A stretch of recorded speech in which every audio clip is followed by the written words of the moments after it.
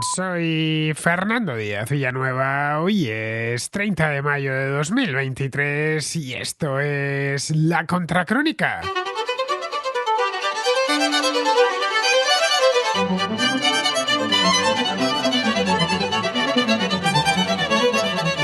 Las elecciones municipales y autonómicas de este domingo se han saldado con una gran derrota del PSOE y de sus aliados de Podemos, consolidando de este modo el cambio de ciclo político en España.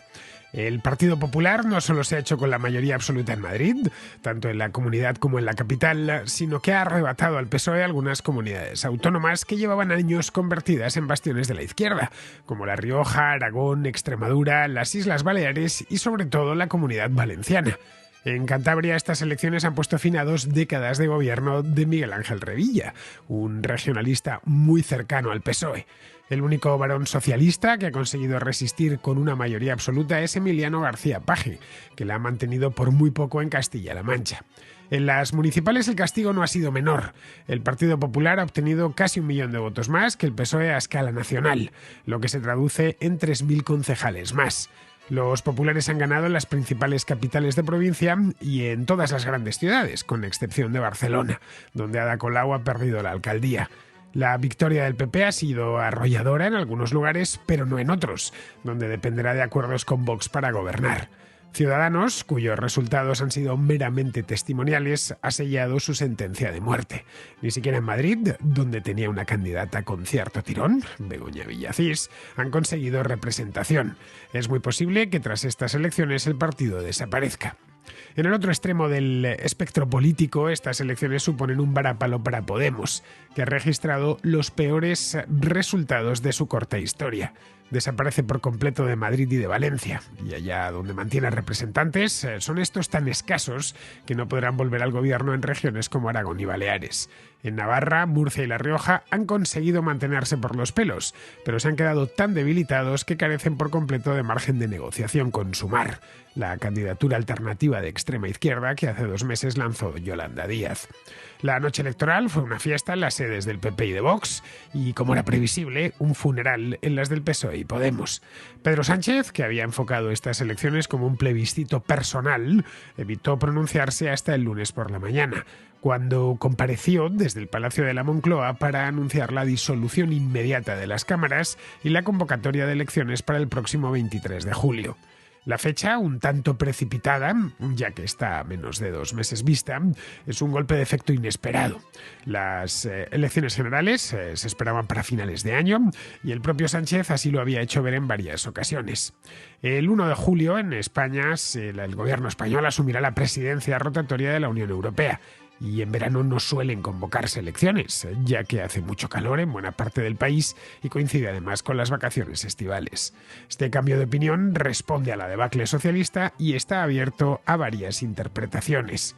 Los hay que aseguran que esto ya lo tenía calculado previamente, otros se decantan por pensar que se trata de una improvisación sobre la marcha, pero no tanto para pillar por sorpresa al Partido Popular y Vox, sino para aglutinar todo el voto de izquierda. El país, entre tanto, se prepara para alargar la campaña electoral 2 meses más.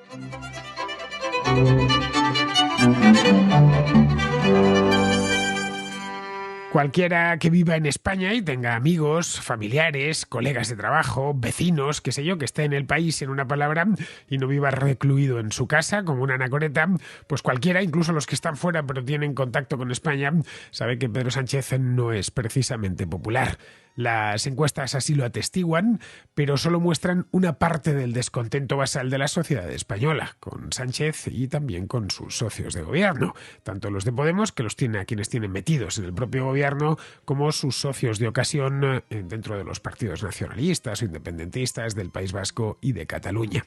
De un tiempo a esta parte, era poco menos que imposible encontrarse con alguien que hablase bien de Pedro Sánchez, cosa que no sucedía, por ejemplo, hace 3 o 4 años. La gente de centro y derecha directamente le aborrece. La extrema izquierda desconfía de él, incluyendo a sus propios socios, y los nacionalistas no se terminan de fiar de él. Tampoco saben que es un aliado de ocasión, pero que a fin de cuentas está ahí para lo que está ahí. Luego, respecto a los votantes tradicionales del PSOE, que evidentemente pues hay muchos, unos cuantos millones, evitan defenderle por regla general a sabiendas de que ha hecho demasiadas cosas mal en demasiado poco tiempo. Pedro Sánchez es, en definitiva, un tipo que no gusta a casi nadie, salvo a quienes viven directamente de él o del gobierno. Sus formas, su arrogancia y sus aliados le habían convertido en un tipo especialmente desagradable y tóxico para el votante medio y en alguien que no encendía pasiones, ni siquiera entre los votantes de izquierda. Era previsible, por lo tanto, que en cuanto tuviesen la oportunidad de decírselo en las urnas, los españoles la rechazasen, es decir, se lo dijesen a la cara. Estas del 28 de mayo son las primeras elecciones a escala nacional desde el 10 de noviembre de 2029. Ha habido algunas elecciones en España, autonómicas, en los últimos 4 años. Hemos tenido elecciones en Galicia, hemos tenido elecciones en Andalucía, hemos tenido elecciones en el País Vasco, hemos tenido elecciones en Madrid en el año 2021, hace justo 2 años, y en todos los casos hemos tenido elecciones en Cataluña también, que fueron un poco antes de las de Madrid, en febrero de 2021. Ha habido elecciones o porque correspondían a esta misma época, como el caso de Galicia, el País Vasco, o porque se anticiparon, como sucedió en Andalucía, como sucedió en Castilla y León. Vamos, que no es la primera vez que el PSOE de Sánchez se enfrenta a las urnas, y cada vez le ha ido yendo peor, especialmente, y eso se pudo ver ya en el verano de 2020, en aquellas elecciones que se celebraron a la vez en Galicia y en el País Vasco. Se vio que la máquina no le terminaba de funcionar. De cualquier manera, a escala nacional y concebidas como unas elecciones para cambiar por completo el Senado y el Congreso de los Diputados, no se celebran desde hace casi 4 años, desde el 10 de noviembre de 2019. Recordemos que en aquel entonces, estamos hablando de antes de Cristo, bueno, no de antes de Cristo, pero sí de antes de la pandemia, lo cual ya es decir bastante, Sánchez en aquel entonces ya había empezado a perder apoyo. No hay que irse a las elecciones vascas o gallegas de 2020. En el mismo 2019 ya había empezado a perder apoyo. En 2019 se celebraron 2 elecciones generales, una fue el 28 de abril y la siguiente el 10 de noviembre. En las del 28 de abril, Sánchez, el PSOE, obtuvo 7.513.000 votos. 6 meses más tarde se quedó en 6.792.000 votos. Esos son, así calculándolo rápidamente, 360.000 votos menos. Ojo, teniéndolo todo a favor y estando en el gobierno. La economía marchaba más o menos bien, llevaba, ya digo, año y pico en el gobierno, eran pocos los escándalos que le afectaban, no había tenido tiempo de demasiadas cosas, ni siquiera de equivocarse, aún no había pactado con Podemos, no había hecho el pacto original, no solo con Podemos, sino con todas las fuerzas de la Cámara, con excepción de, obviamente, de Vox y de Ciudadanos, para desalojar a Mariano Rajoy de la Moncloa, pero nada más. A partir de ahí no había hecho ningún pacto de gobierno. Llegó al mes de abril en ese aspecto completamente virgen y mantuvo esa virginidad hasta el mes de noviembre, después de las segundas elecciones, cuando ya decidió meter a Podemos en el gobierno. Vamos, que ni siquiera le podían echar en cara eso. La mayor parte de medios de comunicación, recordemos, estamos hablando de 2019, aún le reían las gracias, cuando no directamente besaban por donde pisaba. Con todo eso, es decir, con casi todo a favor, perdió 3 escaños, pasó de 123 escaños, que eran pocos, a 120. De hecho, como digo, los 123 escaños de abril de 2019 eran pocos, eran poquísimos en comparación con el desempeño histórico del PSOE.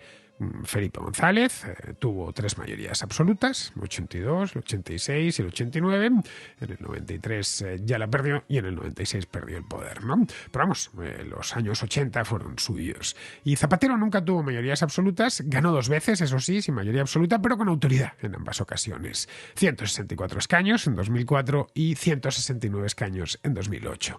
Es decir, que incluso en esos 4 años mejoró sus resultados. Bien, después de Zapatero es cuando sobrevino la catástrofe. El PSOE entró en crisis a partir de 2011, en plena crisis económica, se quedó en 110 escaños, recordemos aquellas elecciones del 20 de noviembre de 2011 frente a Rajoy, y la cosa, en lugar de mejorar, se complicó posteriormente, entre 2015 y 2016. En las de diciembre de 2015 obtuvo 90 escaños, bajó de golpe 20, y en las de junio de 2016 obtuvo solo 85 escaños. Fue en ese momento cuando este aventurero, el aventurero es Pedro Sánchez, se hizo con el partido, se hizo completamente con el partido.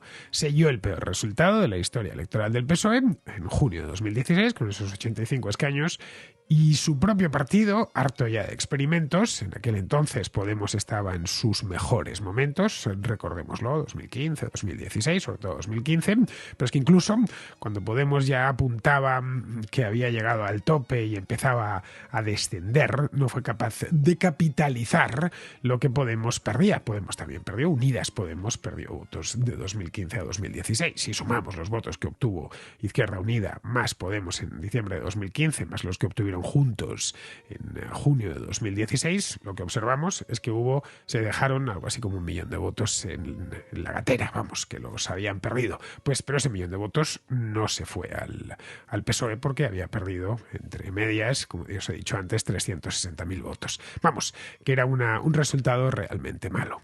Eso obligó a los varones del partido a hacer lo posible por sacarle de la Secretaría General. Esto sucedió en el mes de octubre, un par de jornadas antológicas en las que, salió de mala manera de la sede de Ferraz, nos divertimos todos mucho aquella tarde de octubre. La cuestión es que meses más tarde, cuando el asunto ya estaba olvidado, hasta el propio Pedro Sánchez se había olvidado, se las apañó para volver. Y ahí se percató de que el PSOE nunca volvería a tener 160 o 170 escaños. No digamos ya una mayoría absoluta, como las de Felipe González. Es decir, una renta parlamentaria suficiente como para gobernar con tranquilidad. Por lo que el único modo que tendría de volver al poder, si es que volvía en alguna ocasión, era mediante una gran coalición anti-PP que él acaudillase. Una suerte de coalición Frankenstein compuesta por 1000 retales. Esencialmente por prácticamente todo, o casi todo el Parlamento. En 2018... no mucho después, no habían pasado ni 2 años, desde las elecciones de 2016, se le presentó la oportunidad y ahí la agarró al vuelo. El PP de Rajoy estaba débil en aquel entonces, estaba también asediado por sentencias, de hecho la presentó a raíz de que se hizo pública la sentencia del caso Gürtel y de sentencias en contra, evidentemente, por casos de corrupción, y vio la oportunidad de saltar sobre la yugular de un gobierno, el de Mariano Rajoy, que en aquel entonces se encontraba exhausto y era ya inoperante. Consiguió, mediante un gran acuerdo, que cerró en cuestión de, no sé si horas, pero casi muy poquito tiempo, un gran acuerdo, hacerse con la presidencia del gobierno, mediante una moción de censura. A pesar de que tenía solo 85 escaños, pero ahí le echó agallas. Se comprometió, eso sí, él dijo que llegaba al poder con la idea de estar muy poquito tiempo, de apenas ocupar esa situación de excepción más allá de unos pocos meses, pero nada, al final dejó pasar casi un año en la creencia de que eso le permitiría consolidar posiciones, recuperar el pulso, recordemos de dónde venía el PSOE, y ganar pues más o menos con lo que había hecho Zapatero años antes, en torno a los 150, 160, quizá, si cantaba la rana, 180 escaños y se hacía con una mayoría absoluta, pero bueno, lo que se planteaban era eso, colocarse entre 150 y 160 escaños y que tuviesen que tirar puntualmente de otros partidos. Pero no fue así. Sus resultados mejoraron algo con respecto a 2016, pero seguían siendo muy mejorables, y más en un partido que estaba en el gobierno. Nadie antes que él, de hecho, se había atrevido a gobernar con solo 120 escaños. Con un resultado similar en 2015, en diciembre de 2015, Rajoy no se atrevió a gobernar y fue a la repetición de elecciones y consiguió recuperar un poquito el pulso. No demasiado, pero en la segunda creo que sacó 137. Pero claro, la otra opción para Pedro Sánchez era repetir las elecciones por tercera vez. Recuerdo que en aquella época era un fantasma que aleteaba, que habían sido 2, además estaba muy fresco el recuerdo de 2015-2016, esos periodos de gobierno en funciones. Quería evitar eso y, sobre todo, no se quería arriesgar a perder las segundas elecciones. Rajoy en 2015 había sacado muy mal resultado, 6 meses más tarde lo mejoró ligeramente. Pero es que a Sánchez no le había pasado eso, había sacado mal resultado en el mes de abril y en el mes de noviembre lo empeoró. Bien, en ese punto se puso en manos de Podemos, de quienes había asegurado que que no dormiría tranquilo si pactaba con ellos, había prometido por activa y por pasiva que nunca llegaría a un acuerdo de gobierno con ellos, pero bueno, la política ya sabéis que es así. 2 2 meses después, el gobierno juró los cargos, creo que fue en el mes de enero de 2020, sí, 2 meses después aproximadamente llegó la pandemia y su impopularidad comenzó a crecer como la espuma, porque su gestión de la propia pandemia fue desastrosa. Aquí lo pudimos ver en la contracrónica en su momento. Llegó tarde a tomar medidas, primero negó la gravedad del asunto y luego cuando lo hizo sobreactuó hasta el extremo. Llegó a ser España uno de los países con más restricciones y restricciones más estúpidas y confinamientos más largos de toda Europa, por no decir de todo el mundo. No ha sido mejor la gestión de la pospandemia. El PIB de España aún no ha recuperado los niveles prepandémicos y es uno de los países de la eurozona más castigados por la inflación y por el desempleo. Podemos pensar que el desempleo no está en niveles del año 2013, evidentemente no lo está, pero es que no está en niveles del año 2013 en ninguna parte del mundo. Los desempleos se tienen que comparar de manera sincrónica, no anacrónica. No, pues sí, claro, el desempleo no está mal porque en 1929 había más, ¿no? Ahora mismo es una situación, a pesar de todos los problemas que hay en Europa, problemas económicos y bueno, Europa y el resto del mundo, no está siendo una crisis que todavía al menos se esté cobrando un tributo laboral especialmente alto, pero aún con todas sigue teniendo uno de los datos, si no el peor, de los peores de la Unión Europea. En fin, todo en estos años ha sido improvisación, incertidumbre, maximalismo ideológico, de ese ha habido mucho, voluntad de perpetuarse en el poder subvirtiendo las instituciones, todo, por supuesto, y esta es la genuina especialidad de la casa, todo embadurnado en toneladas de propaganda que buscaban y que siguen buscando el frentismo y la polarización.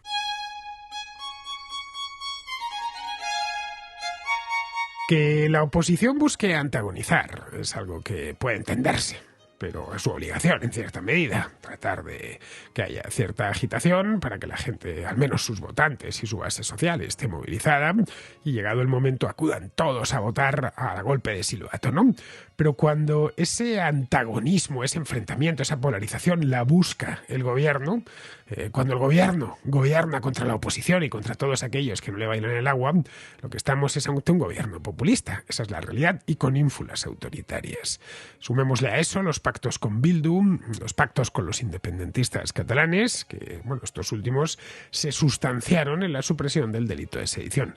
Han sido tantas cosas que, como vemos, me harían falta varios programas. Los he ido tratando, especialmente no tanto aquí en la Contracrónica, pero sí en este espacio que tengo en YouTube que se llama A la Contra, que he ido dando cuenta, que llevo más temas nacionales, he ido dando cuenta a lo largo de los últimos 4 años de todo este tipo de cosas. Si le sumamos también el fanatismo de sus socios de Podemos, con leyes como esta ley infausta del solo sí es sí, de la que se habló tanto en los últimos meses, el pasado invierno, o el asalto institucional, si habría que sumárselo también, pues tendremos una aproximación más o menos precisa de lo que han sido los 5 años de gobierno de Pedro Sánchez, porque son 5 años más o menos exactos. Estamos a 30 de mayo y él llegó al gobierno, creo que fue el 31 de mayo de 2018. No es casual, en una palabra, que Pedro Sánchez lleve años, pero años, lo menos 3 años, sin exponerse a salir a la calle, sin tener contacto directo con la gente. No es una persona fácil de ver. Según asoma la cabeza, no importa el lugar del país en el que lo hagan, da igual que vaya a Barcelona, que vaya a Ceuta, que vaya a Badajoz, a San Sebastián, a Almería, o que salga por Madrid. Él vive evidentemente en el Palacio de la Moncloa, pero está a las afueras de la ciudad. No es que ahí está debidamente protegido, pero da igual donde vaya. Le van a abuchear. Es un clásico. El abucheo a Pedro Sánchez y ya estamos en el estadio en el que se abuchea a cualquiera que pertenezca al gobierno. Generalmente estos abucheos son espontáneos, que expresan así su malestar. Esto le ha obligado, entre otras cosas, pues a hacer mucho el ridículo, a fabricar vídeos con gente supuestamente tomada de la calle, pero que, en fin, ahora ya con las redes sociales nos enteramos de todo y que en realidad pues son militantes socialistas puestos ahí en un teatrillo para parecer que tiene contacto con la gente común. Vamos, que, volviendo al principio, no había que ser un lince para saber que el rechazo que despierta Pedro Sánchez y sus modos de caudillo hispanoamericano pues es muy grande entre el español de a pie, y en este caso no es una cuestión de Madrid, es como trataban de hacer ver a lo largo de la campaña electoral, sino que esto se ve por todo el país, desde el norte hasta el sur y sin importar la región. Pero Sánchez, la verdad es que lleva demasiados años en el poder y padece el síndrome de la Moncloa en grado muy avanzado. Eso del síndrome de la Moncloa es algo que nació en tiempos de Adolfo Suárez, que es cuando se trasladó a la Moncloa, cuando se trasladó el gobierno a la Moncloa. Antes estaban en el Paseo de la Castellana, de donde nunca debieron salir, porque eso al menos les permitía mirar por la ventana y ver el tráfico circulando por el Paseo de la Castellana. Ahora viven en un parque temático del Poderoso, en el que si no quieren, no tienen por qué ver a nadie, una suerte de búnker en un palacete del siglo XVIII y edificios anejos que les mantiene completamente al margen del Palacio de la Moncloa. Está en un distrito de la ciudad de Madrid, pero podría estar en mitad de La Mancha o podría estar en un valle del Pirineo. Daría igual, les importaría un bledo porque vivirían completamente aislados de todo lo que les rodea. Y eso en el gobierno, y más concretamente en el presidente del gobierno, genera lo que se dio en llamar hace ya muchos años, hace 40 años de esto, como síndrome de la Moncloa. Todos los presidentes de gobierno lo han padecido, sin excepción, quizá Calvo Sotelo, que estuvo poco tiempo, no llegó a padecerlo, pero el resto, todos sin excepción, lo han padecido. Pero lo de este hombre ha ido demasiado rápido. No solo no sale a la calle, es que apenas sale del palacio. Salvo para volar en el Falcon oficial, al extranjero o a actos calculados al milímetro. Y esos que tiene por España en distintos sitios. De hecho, hace trampas continuamente, va a dar mítines del PSOE y se organiza algún acto semioficial u oficial pillado con pinzas para que pueda ir en el avión oficial y tomar el helicóptero oficial. En fin, el Falcon, que muchos desconocían su existencia, el Falcon es un modelo de avión fabricado por una empresa francesa llamada Dassault. El Estado tiene, la 45 tiene, no sé si son 2 o 3 utilizados como transporte VIP para, pues eso, para el primer ministro, para los ministros y para gente del gobierno. Estaban ahí, siempre han estado ahí en la base de Torrejón, pero no se hablaba de ellos hasta que llegó Sánchez, que una de sus primeras fotos como presidente de gobierno fue dentro del mismo Falcon. Está rodeado de palmeros y medianías, que le dicen a todas horas que es el mejor y que va a seguir gobernando siempre porque él lo vale. Y porque basta con sacar el comodín de la ultraderecha para movilizar a medio electorado. Que eso sigue funcionando, que puede seguir utilizando, si no es la ultraderecha, a Franco, a José Antonio Primo de Rivera o asuntos de la guerra civil, pues que tienen ya todos estos asuntos unos 90, 80 o 90 años a sus espaldas. Quizás eso mismo es lo que le llevó a plantear las elecciones del 28 de mayo, las de este domingo, como un plebiscito sobre sí mismo. Algo que le llevó a meterse de lleno en campaña. A pesar de que muchos en su partido insistían en que había que dar prioridad a los candidatos locales, que algunos tenían fuerza y tenían reconocimiento dentro de la propia ciudad o de la propia autonomía. Pero Sánchez no quiso saber nada de eso, se consideraba a sí mismo como un activo para el partido y no como un problema, no como una carga, un lastre que tuviesen que tirar de él sus propios candidatos. Eso para que nos hagamos una idea de lo bien pagado que está, de la consideración que tiene de sí mismo.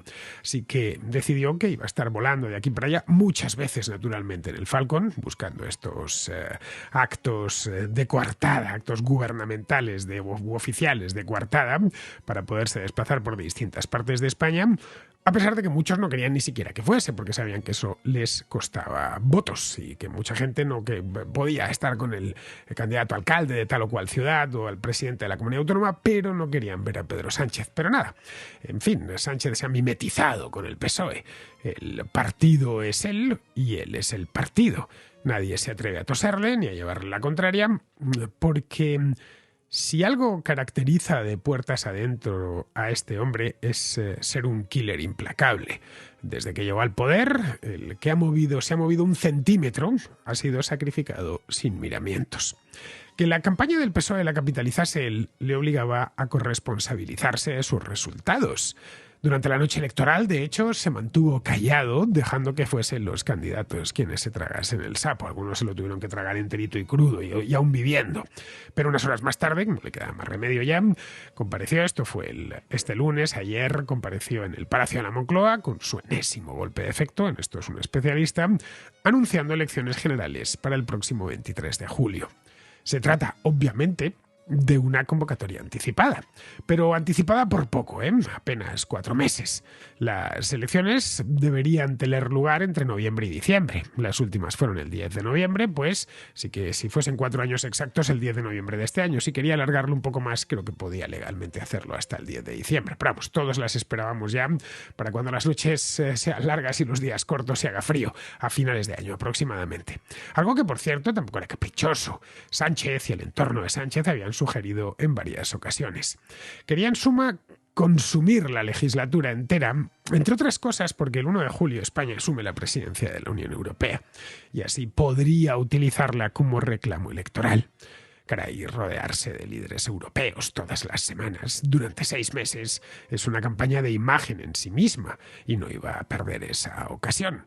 Necesitaba también que su vicepresidenta segunda, Yolanda Díaz, consolidase su plataforma Sumar, que la presentó hace 2 meses, a principios de abril, para borrar definitivamente a Podemos del mapa. Y ya de paso recoger el voto de la extrema izquierda, que anda muy desmovilizada y muy desmotivada, pero que necesita para revalidar el cargo.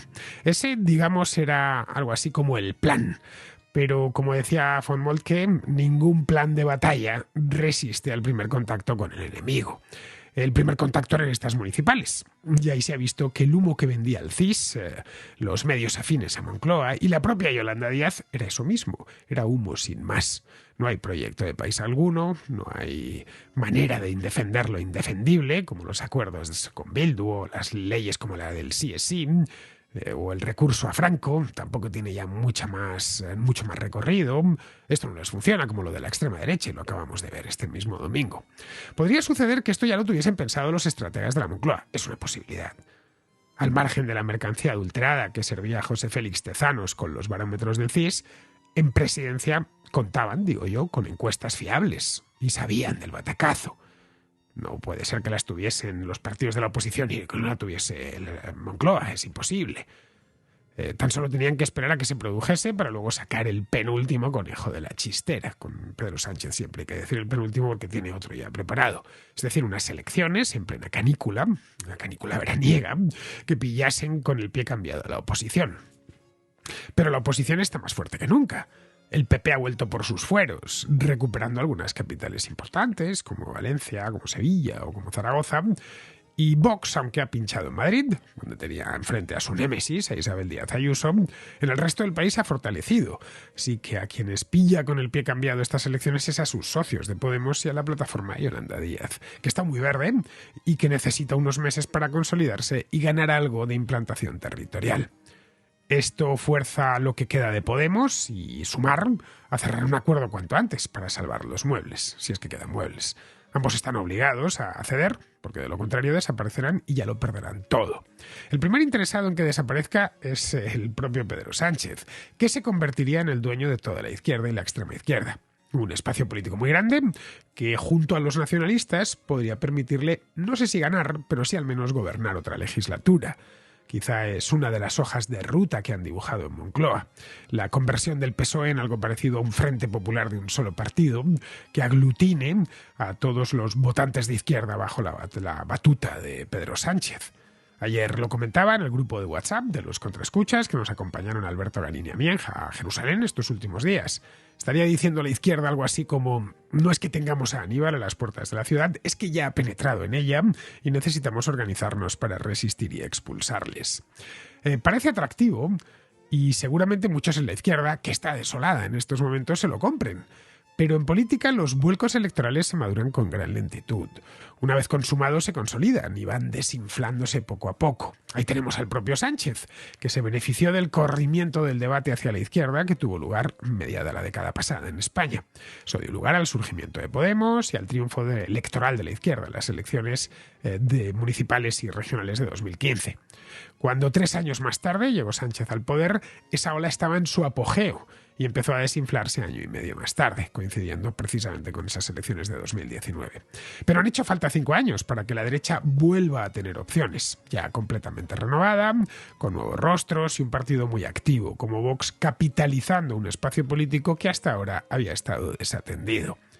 ¿Significa esto que Núñez Feijóo tiene esas elecciones ganadas y podrá gobernar? Pues no necesariamente. Las elecciones del 23 de julio se harán en clave de bloques. De un lado el PP y Vox, del otro Pedro Sánchez. Lo que quede de Podemos y los nacionalistas. La cosa está más igualada de lo que parece a primera vista. La fecha elegida no es la mejor, ya que aparte de hacer mucho calor en casi toda España, en esa fecha, mucha gente se encuentra de vacaciones en la última semana de julio. Eso sí, pero eso perjudica tanto a unos como a otros. Lo normal es que quien gane las municipales gane luego las generales inmediatamente posteriores. Hay algunas excepciones, como la de 2007, cuando el PP ganó las municipales y perdió las generales de marzo de 2008, pero lo normal es que se encadenen las dos victorias, más aún cuando van tan seguidas como esta, con apenas 2 meses de diferencia. El PSOE además tendrá que negociar con Bildu para seguir gobernando en Navarra y con Esquerra Republicana para hacer lo propio en Barcelona. Es decir, tendrá que recordar al electorado de todo el país una de las cosas que peor lleva. A pesar de la cercanía, es una incógnita quién ganará estas elecciones. Una incógnita doble porque tampoco sabemos quién gobernará. El fin del sanchismo, eso sí, se antoja más cercano que nunca.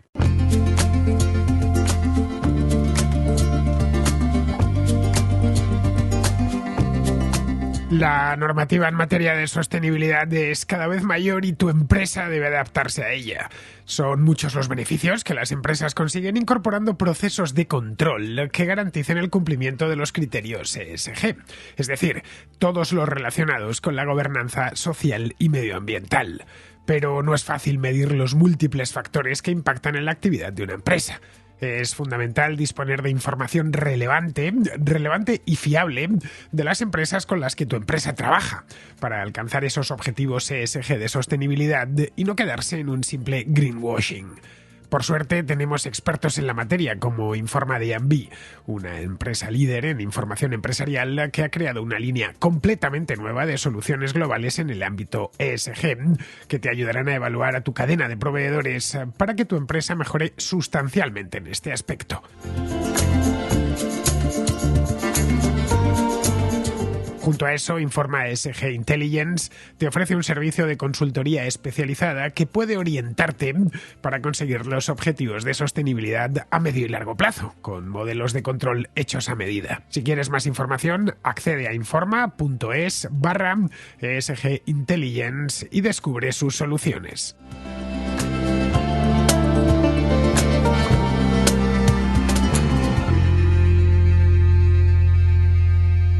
Vamos con la contrarréplica. Empezamos con Tony de Barcelona, que nos habla de la convocatoria electoral de Pedro Sánchez. Mira, hoy nos hemos enterado todos de que Pedro Sánchez ha convocado las elecciones generales para el 23 de julio. Y claro, todo el mundo o parte de la gente está diciendo que es por rescatar el poco voto que le quede y tal. Y yo creo que no. Yo creo que este hombre lo que está viendo es que se le acerca el abismo y ahora, precisamente dentro de su partido, que es donde pueden empezar a pedir explicaciones, habrá pensado, como me monto en un congreso de aquí hasta diciembre, a mí me echan. Entonces lo que tengo que hacer es acelerar, ir rápido para que no tengan tiempo de respuesta y yo luego ya cogiendo el escaño en el Congreso, ya se irá viendo a ver cómo avanzan las cosas. Pero yo creo que la cosa es por aquí. Pedro es un superviviente y lo saben todos muy bien. Si no fuera del partido, por lo menos dentro de él seguro. Es una posibilidad la que apunta Stony, pero eso solo lo saben dentro del Partido Socialista. De hecho, eso solo lo sabe Pedro Sánchez. Los resultados del domingo fueron tan malos que algo tenía que pasar dentro del PSOE. Ten en cuenta que un partido es una maquinaria muy bien engrasada para conquistar y sobre todo para retener el poder. Perder una alcaldía es un drama. Perder una comunidad autónoma es una auténtica tragedia. Hay mucha gente que vive de la política, decenas de miles de nóminas que se pagan con cargo a la administración vía los partidos políticos. Es decir, hay mucha gente viviendo directamente de que el Partido Socialista esté en puestos de poder. Para cualquier partido político es fundamental disponer de poder territorial porque es de ahí de donde se financian. Cualquier cargo público electo y todos sus puestos de confianza pagan una especie de, entre comillas, impuesto revolucionario al partido detraído de su nómina. Esa presencia territorial les permite también construir clientelas, que son las que en definitiva garantizan que vuelvan a ser reelegidos, o ayudan por lo menos. Cuando un partido pierde unas elecciones municipales o sale muy magullado de unas autonómicas, pierde toda esa fuente de ingreso o se queda muy perjudicada y su capacidad de clientelizar votos se resiente muchísimo. Esa es la razón por la que, como comentaba antes, tras perder en las municipales suele venir la derrota en las generales. No sé hasta qué punto el PSOE podría montarle un congreso a Pedro Sánchez hoy por hoy. Lo veo complicado, pero es una posibilidad, obviamente. Si las elecciones son dentro de menos de 2 meses, pues eso elimina de cuajo esa posibilidad. Pero vamos, y esto es una sospecha, me da a mí que no hay fuerza ahora mismo en el PSOE para plantarle cara a Pedro Sánchez, al menos mientras tenga la Moncloa en la mano. Es un partido que le ha tolerado todo tipo de desafueros y de purgas internas. Prácticamente nadie, por no decir nadie, ha levantado la palabra contra él. Pero bueno, es un partido, ya sabemos cómo son. En el momento en el que ven en riesgo su medio de vida, todos actúan a la de una. Bien, seguimos con Antonio, que plantea la posibilidad de una Rusia sin Vladimir Putin. Te escribo por un tema de fondo, ¿vale? Y es plantearte qué puede llegar a pasar, ¿vale? Sé que no te gusta hacer bolas de cristal, ¿vale? Pero en una Rusia sin Putin,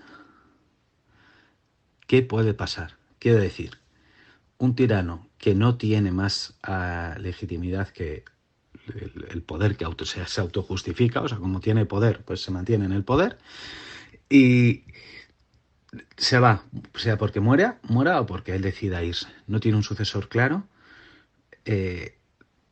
Un país que no está preparado para ir a una democracia, se puede plantear una guerra civil. Una guerra civil en un país nuclear. Porque tú no tiras una bomba a un vecino, una bomba atómica a un vecino, pero cuando te estás pegando con tu hermano, a lo mejor sí se la tiras. No sé si es una situación que no se ha dado nunca, además. Una guerra civil en un país nuclear. Y sé que es un futurible y una bola de cristal, pero como ejercicio, no sé, imaginativo, a mí me da miedo, la verdad. Es una incógnita que pasaría en Rusia en el caso de que Vladimir Putin dimitiese o le dimitiesen. Algunos piensan que sobrevendría una democracia liberal, salida de la nada, pero vamos, yo eso lo dudo. No son muchos los partidarios de una democracia liberal en Rusia hoy por hoy. De cualquier manera, el régimen de Putin está muy por encima de Putin. Es realmente un régimen de los servicios secretos que tiene a Vladimir Putin como representante. Pero en el caso de que él no estuviese, pues habría otro que ocupase su lugar. No sería un asunto sencillo porque necesitarían construir un nuevo liderazgo, pero por poder podrían hacerlo. Todo el país está en sus manos y todos los resortes del poder. Así que me temo que hay Putin entre comillas, evidentemente, que tenemos putinismo para rato. Si no Putin, sí al menos putinismo para rato. Tras la caída de la Unión Soviética, después del gobierno de Boris Yeltsin, fueron los servicios secretos los que se hicieron con el sistema. Es la KGBización de Rusia. Y desde entonces aquello no ha hecho más que crecer e intensificarse. A día de hoy, los siloviki, que es como llaman a los agentes de seguridad del Estado, son los dueños de todo lo que importa en Rusia. No vuela una mariposa sin que ellos lo adviertan. Vladimir Putin es la representación física de ese régimen, pero no el régimen en sí mismo. Bien, vamos ahora con Israel, que es de Vigo, que nos habla de la supresión de la escena de Loretta en la vida de Brian. Y me gustaría hacer un comentario al hilo de la noticia sobre la supresión en un montaje teatral basado en la vida de Brian de la escena de Loretta. Bueno, un poco los detalles creo que los conocemos todos, no merece la pena perder tiempo en los mismos. La reflexión que cabe hacer en este caso es que dado que el argumento que dan en torno de John Cleese para suprimir las escenas, evitar ofender, bueno, Yo matizo, creo que es evitar ofender a aquellos que te la pueden liar, porque me gustaría recordar que otro miembro de Monty Python, Eric Idle, que curiosamente es el actor que hace de Loretta en la película, pues actuó en la ceremonia de clausura de los Juegos Olímpicos de Londres, cantó precisamente la canción que cierra la película, Always Look at the Bright Side of Life, o algo así. Y en un momento de su actuación, muy simpática y tal, irrumpen en el escenario dos docenas de actrices caracterizadas como monjas en bicicleta. Y claro, a mí me llamó la atención y bueno, mis fantasmas empezaron a surgir, porque bueno, eso es el atuendo que llevan estas buenas mujeres es bueno, una referencia claramente católica. Entonces, bueno, se hace una parodia o se toca un poco las narices a los católicos en Londres, y sobre todo lo que para mí no tiene ninguna explicación, que es la ceremonia de clausura de los Juegos Olímpicos, que no sé qué pinta esto allí, porque bueno, si después salieran unos ortodoxos judíos haciendo el indio, y bueno, y sobre todo si salieran unos musulmanes haciendo la mona, pues hombre, me seguiría quedando un poco raro, pero bueno, podría tener un pase. Pero no, solamente hubo una referencia a los católicos. Y bueno, pasó bastante desapercibido, desde luego el actor tenía claro que no iba a tener unas consecuencias graves como las que sí teme John Cleese.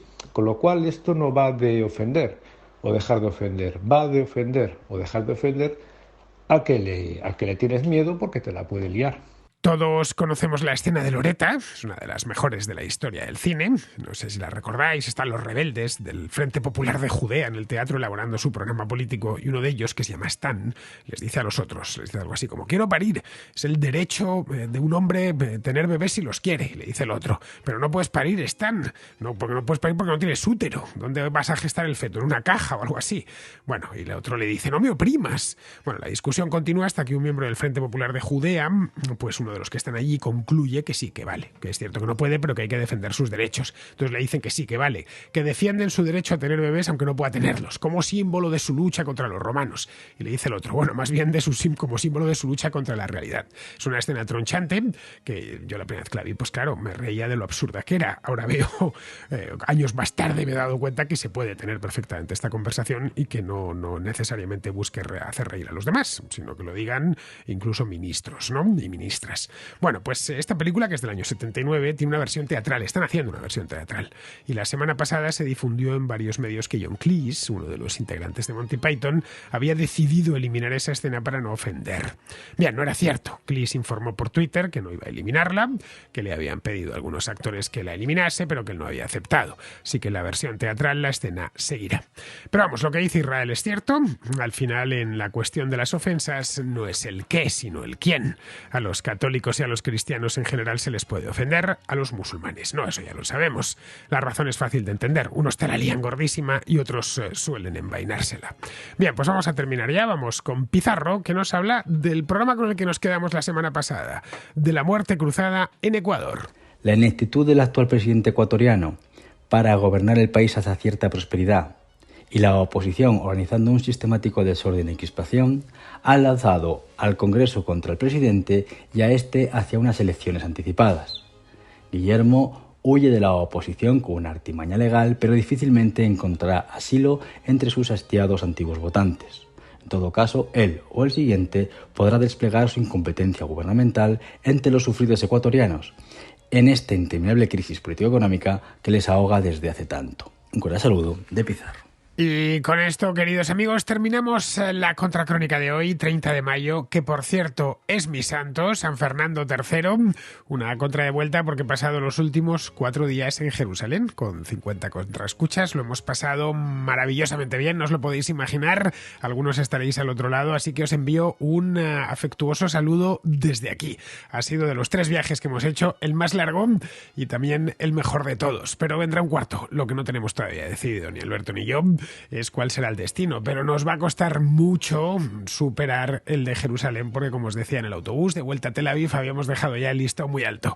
Bien, pues con esto me despido de todos vosotros. Hasta mañana.